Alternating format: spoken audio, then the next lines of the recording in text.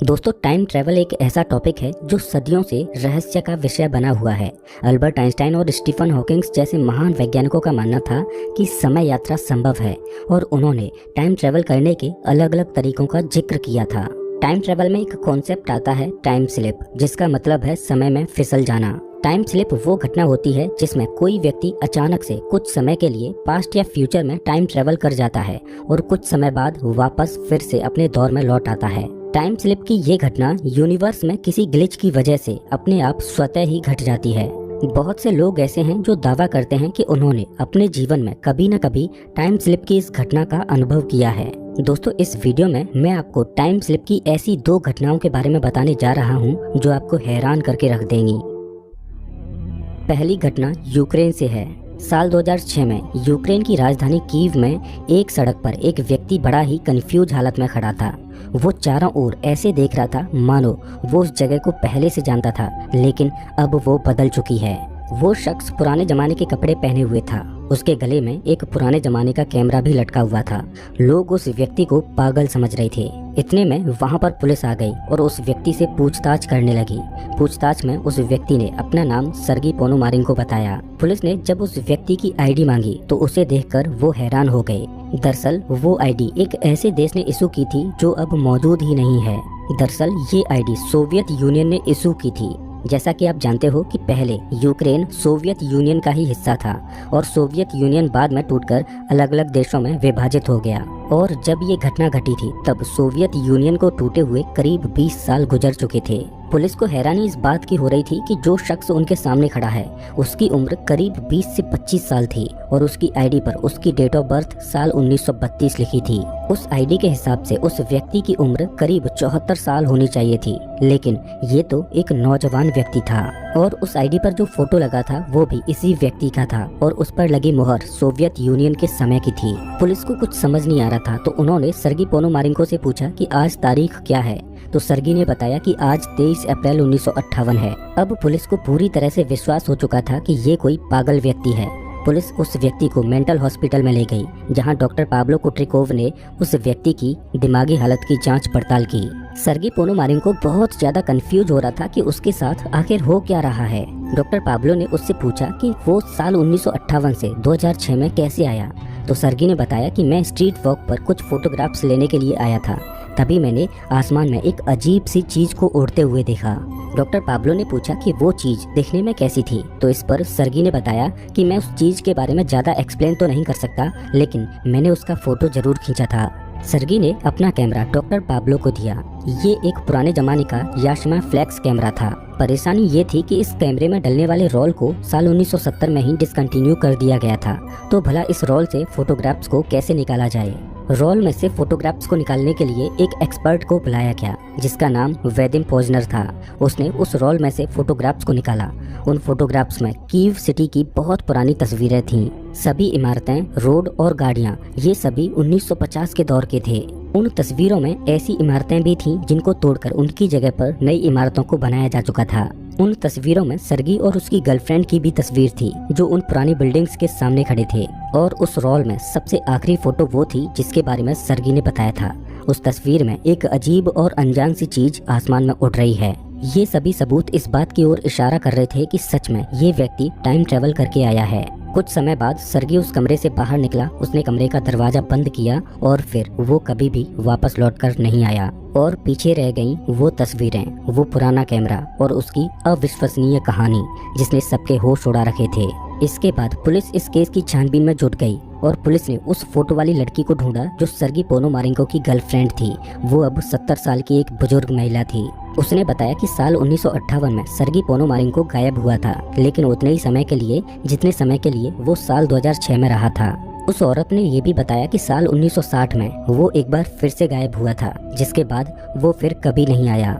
लेकिन कुछ सालों के बाद उसे सर्गी पोनोमारिंको की एक फोटो मिली जिसमें एक नोट लिखा था कि ये फोटो साल 2050 में ली गई है। फ्यूचर से भेजी तस्वीर में सर्गी की एज ज्यादा है। उसके बैकग्राउंड में जो कीव सिटी की फोटो है उसमें बहुत बड़ी बड़ी आधुनिक इमारतें दिखाई दे रही हैं और इस बात ने कहानी में एक और नया ट्विस्ट पैदा कर दिया। सर्गी पोनोमारिंको की ये कहानी इंटरनेट पर वायरल हो गई, लेकिन सवाल ये है कि सर्गी पोनोमारेंको फ्यूचर से फिर वापस क्यों नहीं आया और उसकी इस कहानी में कितनी सत्यता है। हम सर्गी पोनोमारेंको की कहानी में आगे बढ़ें उससे पहले मैं आपको एक और टाइम ट्रेवल की घटना बताता हूँ जो सर्गी पोनोमारेंको की कहानी से भी ज्यादा पेचीदा और इंटरेस्टिंग है। ये बात साल 1924 की है। पॉल डिनोक नाम का एक व्यक्ति ग्रीस में जर्मन लैंग्वेज पढ़ाता था। उसकी मौत ट्यूबरक्लोसिस की वजह से हो गई, लेकिन जब वो मरा उससे पहले उसने अपने एक स्टूडेंट जॉर्जियस पापाहासिस को अपनी एक डायरी दी। वो डायरी जर्मन भाषा में लिखी हुई थी। जॉर्जियस ने उस डायरी को ग्रीक भाषा में ट्रांसलेट किया। जब जॉर्जियस उस डायरी को ट्रांसलेट कर रहा था तब उसमें अजीब तरह की चीजों का जिक्र किया गया था, जैसे कि आने वाले न्यूक्लियर वॉर के बारे में, मंगल ग्रह पर बस्तियां बनाने के बारे में, फ्लाइंग व्हीकल्स के बारे में, होलोग्राफिक टेक्नोलॉजी के बारे में और यहाँ तक कि उस डायरी में परग्रही जीवों से कांटेक्ट के बारे में भी जिक्र था। पहले तो जॉर्जियस को लगा कि ये कोई साइंस फिक्शनल नॉवेल है, लेकिन जैसे जैसे वो उस डायरी को ट्रांसलेट करता जा रहा था वैसे वैसे जॉर्जियस के होश उड़ते जा रहे थे। ये कोई साइंस फिक्शन की नॉवेल नहीं थी बल्कि पॉल डिनोक की पर्सनल डायरी थी। उस डायरी में पॉल डिनोक ने जिक्र किया था कि जब वो कोमा में चला गया था तब वो अचानक कोमा से जागा और उसने अपने आप को 2000 साल आगे भविष्य में पाया। पॉल डिनोक को एक तरह का टाइम स्लिप हुआ था जिसमें वो साल 1921 में कोमा में सोया और साल 3906 में उसकी आंखें खुली और उसने भविष्य में पूरा 1 साल बिताया और वापस साल 1922 में कोमा से जागा और उसने साल 3906 में जो भी देखा था और अनुभव किया था उसको अपनी पर्सनल डायरी में जैसा का तैसा लिख दिया। चलिए इस कहानी को थोड़ा विस्तार से समझते हैं। साल 1921 की बात है। पॉल डिनोक एक बीमारी से जूझ रहा था जिसके चलते उसे तेज बुखार आया और वो अपनी कॉन्शियसनेस को खोता जा रहा था। पॉल डिनोक को हॉस्पिटल में एडमिट कराया गया, लेकिन उसकी तबीयत ज्यादा खराब होती जा रही थी और वो कोमा में चला गया। अचानक पॉल डिनोक की आंखें खुलती हैं और वो देखता है कि हॉस्पिटल रूम पूरी तरह से बदल चुका है। उसके आसपास के लोग अजीब तरह के कपड़े पहने हुए हैं और वो एक अजीब सी भाषा में बात कर रहे हैं। अब चूंकि डिनोक एक लैंग्वेज टीचर था तो उसने उनके कुछ शब्दों को पकड़ा जो इंग्लिश और स्वीडिश भाषा में लग रहे थे। डिनोक ने उन लोगों से बात करने की कोशिश की, लेकिन कोई भी डिनोक की बातों को समझ नहीं पा रहा था। उन्हीं में से एक डॉक्टर को डिनोक की बातें थोड़ी थोड़ी समझ पड़ रही थी। वो डॉक्टर डिनोक के साथ टूटी फूटी जर्मन भाषा में बात कर रहा था। उस डॉक्टर ने डिनोक को बताया कि उसका नाम एंड्रीस नॉर्थम है और वो एक फेमस फिजिक्स का प्रोफेसर है। उसको एक एक्सीडेंट हुआ था जिसकी वजह से वो इस हॉस्पिटल में एडमिट है। डिनोक ने डॉक्टर से कहा कि उसे कोई आइडिया नहीं है कि एंड्रीस नॉर्थम कौन है। मैं एक फिजिक्स का प्रोफेसर नहीं बल्कि स्विट्जरलैंड का रहने वाला एक साधारण सा लैंग्वेज टीचर हूँ। स्विट्जरलैंड का नाम सुनते ही डॉक्टर ने डिनोक से पूछा कि ये कौन सा साल चल रहा है। डिनोक ने कहा कि ये साल 1921 चल रहा है। ये सब सुनते ही हॉस्पिटल रूम में सन्नाटा छा गया और वो डॉक्टर धीरे से डिनोक की ओर बढ़ा और उससे बोला कि ये साल 3906 चल रहा है और तुम एंड्रीस नॉर्थम हो। डिनोक को इन सब बातों पर विश्वास नहीं हो रहा था तो डॉक्टर ने डिनोक को मिरर दिखाया जिसमें डिनोक ने अपनी शक्ल को देखा तो डिनोक अचंभे से भर गया। मिरर में वो अपनी जिस शक्ल को देख रहा था वो उसकी थी ही नहीं बल्कि किसी और व्यक्ति की थी। ये सब देख डिनोक रोने लगा। उसे लगा कि वो मर चुका है। तभी उसने हॉस्पिटल रूम की विंडो को खोला और बाहर के नज़ारे को देखा, जिसे देखकर उसकी आंखें फटी की फटी रह गईं। उसने देखा कि बाहर बादलों को छूती हुई गगनचुंबी इमारतें खड़ी हैं, गाड़ियां आसमान में उड़ रही हैं। डॉक्टर्स को लग रहा था कि डिनोक के दिमाग में एक्सीडेंट की वजह से कोई परेशानी हुई है, जिस वजह से उसे ऐसा लग रहा है कि वो साल 1921 का इंसान है। डॉक्टर डिनोक को एक बूढ़े आदमी के पास ले गए और उस बूढ़े आदमी को डिनोक के बारे में सब कुछ बताया। डॉक्टर उस बूढ़े आदमी को इलेक्टर्स कहकर पुकार रहे थे, जो कि एक बुद्धिमान व्यक्ति लग रहा था।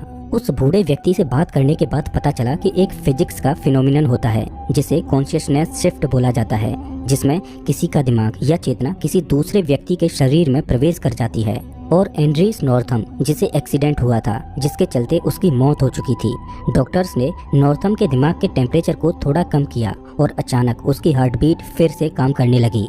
उस बूढ़े व्यक्ति को लगा कि शायद वही पॉइंट रहा होगा जब एंड्रीस नॉर्थम के शरीर में पॉल डिनोक की कॉन्शियसनेस प्रवेश कर गई। डिनोक ने उस बूढ़े व्यक्ति से आश्चर्यचकित होकर पूछा कि ऐसा कैसे संभव हो सकता है कि चेतना 2000 साल आगे टाइम ट्रेवल कर ले। तो इस पर उस बूढ़े आदमी ने बताया कि समय लीनियर नहीं है, हर एक व्यक्ति की चेतना हर एक समय में हर जगह पर उपस्थित होती है। डॉक्टर्स चाहते थे कि डिनोक उनके समय में रहने के तौर तरीके सीख ले लेकिन डीनो को सिर्फ एक ही चीज को जानने की इच्छा थी, वो थी धरती के पास्ट में आखिर क्या हुआ था। डॉक्टर्स ने डीनो को बोला कि वो पास्ट के बारे में सब कुछ जान सकता है, लेकिन 20वीं सदी में क्या हुआ था उसे ये जानने की इजाजत नहीं थी, क्योंकि वो नहीं चाहते थे कि डीनो 20वीं सदी के बारे में कुछ जाने और अपने समय में लौटकर वो समय के साथ कोई छेड़छाड़ करे जिससे भविष्य की टाइमलाइन ही बदल जाए। भविष्य में डीनोक ने 1 साल बिताया और पृथ्वी के इतिहास के बारे में उसने बहुत कुछ जाना और पढ़ा, और एक दिन अचानक डीनोक कोमा से जागा और उसने अपने आप को साल 1922 में उसी पुराने हॉस्पिटल में पाया। डीनोक को भविष्य की वो सारी बातें याद थीं जो उसने पढ़ी थीं और अनुभव की थीं, लेकिन डीनोक इन बातों को किसी को बता नहीं पा रहा था कि उसने टाइम ट्रेवल किया है, क्योंकि उसकी बातों पर कोई विश्वास नहीं करता। तो डीनोक ने अपने साथ हुए इस अनुभव को अपनी पर्सनल डायरी में लिखा। जब जॉर्जियस पापाहासिस उस डायरी को ट्रांसलेट कर रहा था तो उसमें भविष्य में होने वाले मेजर इवेंट्स का भी जिक्र था। जैसे कि डायरी में लिखा था कि उस समय के लोग कुछ ही समय में मंगल ग्रह पर पहुंच जाया करते थे और आधे से ज्यादा मंगल ग्रह पर इंसानी बस्तियां बन चुकी थीं। साल 2000 से लेकर 2300 के बीच में ओवर पॉपुलेशन धरती पर सबसे बड़ी समस्या रहेगी। उस समय की दुनिया में टेक्नोलॉजी इतनी एडवांस हो चुकी थी कि उन्होंने एंटी ग्रेविटी पर पकड़ बना रखी थी। वो लोग वायरलेस तरीके से बिजली का उपयोग करते थे। साल 2204 में ही मंगल ग्रह पर पहली कॉलोनी को बना लिया गया, लेकिन 2265 में मंगल ग्रह पर एक ऐसी दुर्घटना घटी जिसमें मंगल ग्रह पर बसी पहली कॉलोनी उजड़ गई। साल 2309 में एक वर्ल्ड वॉर हुआ जो कि आधुनिक हथियारों से लड़ा गया था। उस वर्ल्ड वॉर में पूरी दुनिया तबाह हो गई और जैसे तैसे कुछ ही लोग जिंदा बच पाए। बचे कुछ लोगों ने एक नई दुनिया की शुरुआत की और साल 2396 में उन्होंने एक नई सरकार बनाई और पूरी दुनिया को चलाने के लिए सिर्फ एक ही सरकार का गठन किया गया। साल 3906 की दुनिया में पॉल डीनोक ने दूसरी दुनिया के लोग यानी एलियंस को भी देखा जो इंसानों के साथ घुल मिलकर रह रहे थे। दोस्तों, पॉल डीनोक ने अपनी डायरी में और भी बहुत कुछ लिखा जो साल 2000 से लेकर 3900 के बीच में घटा था, लेकिन एक छोटी सी वीडियो में हम उन सभी चीजों को कवर नहीं कर सकते। लेकिन पॉल डीनोक की ये कहानी सच में बहुत ज्यादा पेचीदा है, जिससे ये सवाल तो जरूर पैदा होता है कि पॉल डीनोक की ये कहानी आखिर कितनी सच है। वैसे मैं आपको बता दूं कि वैज्ञानिक टाइम ट्रेवल में विश्वास रखते हैं और अल्बर्ट आइंस्टाइन ने टाइम ट्रेवल करने के कई तरीके भी बताए हैं, लेकिन टाइम ट्रेवल के केस में एक चीज ऐसी है जो वैज्ञानिकों की टाइम ट्रेवल करने की कल्पना पर पानी फेर देती है, जिसे वैज्ञानिक टाइम ट्रेवल के पैराडॉक्स यानी विरोधाभास बोलते हैं। अगर पॉल डीनोक की बात करें तो इसमें कई लूप होल ऐसे हैं जो पॉल डीनोक की कहानी की सत्यता पर सवाल खड़े करते हैं। जैसे कि एक सिनेरियो ऐसा भी हो सकता है कि पॉल डीनोक ने कोई सपना देखा हो जिसमें उसे लगा हो कि वो भविष्य में पहुंच गया है।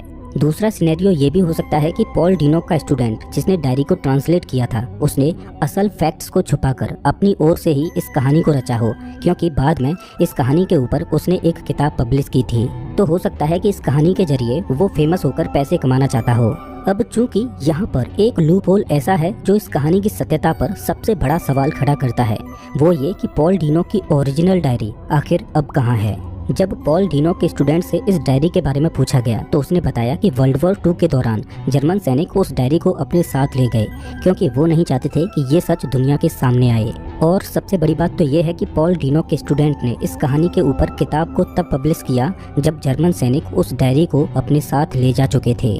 अगर इस पर मैं अपनी राय दूं तो मुझे तो ऐसा लगता है कि ये एक मनगढ़ंत कहानी रही होगी जिसका रचयिता पॉल डीनोक का स्टूडेंट रहा होगा। हाँ, वो बात अलग है कि इस कहानी ने इंटरनेट पर खूब सुर्खियां बटोरी। अब चलते हैं अपनी पहली कहानी की ओर कि सर्गी पोनोमारेंको की कहानी में आखिर कितनी सच्चाई है। दरअसल सर्गी पोनोमारेंको की कहानी को साल 2012 में एक यूक्रेनियन टीवी शो में दिखाया गया था जो देखते ही देखते इंटरनेट पर वायरल हो गया। ये एक रियलिटी शो था, लेकिन सर्गी पोनोमारेंको की कहानी में भी कई लूप होल ऐसे हैं जो इसकी सत्यता पर सवाल खड़े करते हैं। दरअसल सर्गी पोनोमारेंको और मेंटल हॉस्पिटल के डॉक्टर के बीच में वार्तालाप हो रही थी। उसको एक सीसीटीवी कैमरे ने रिकॉर्ड किया था, जिसमें जो डेट दिखाई दे रही है वो है बुधवार 23 अप्रैल 2006। लेकिन अगर कैलेंडर पर देखें तो उस तारीख को संडे का दिन था, जिससे ये साफ होता है कि इस वीडियो को अलग से रिकॉर्ड किया गया था, जिसमें बाद में टाइम स्टैम्प्स को डाला गया। सर्गी पोनोमारेंको की जो 2050 की फोटो है उसमें कीव सिटी की जो बिल्डिंग्स हैं उनमें बहुत सी बिल्डिंग्स एक जैसी हैं, जिससे ये पता चलता है कि ये फोटो एडिट की गई है। और इस घटना से संबंधित कोई भी पुलिस रिकॉर्ड मौजूद नहीं है, जो इस कहानी की सत्यता पर सबसे बड़ा सवाल खड़ा करता है। ऐसा माना जाता है कि उस रियलिटी शो की रेटिंग बढ़ाने के लिए इस तरह की कहानी को रचा गया होगा। वैसे दोस्तों, क्या आप जानना चाहते हो कि वो कौन से तरीके हैं जिनसे आप टाइम ट्रेवल कर सकते हैं?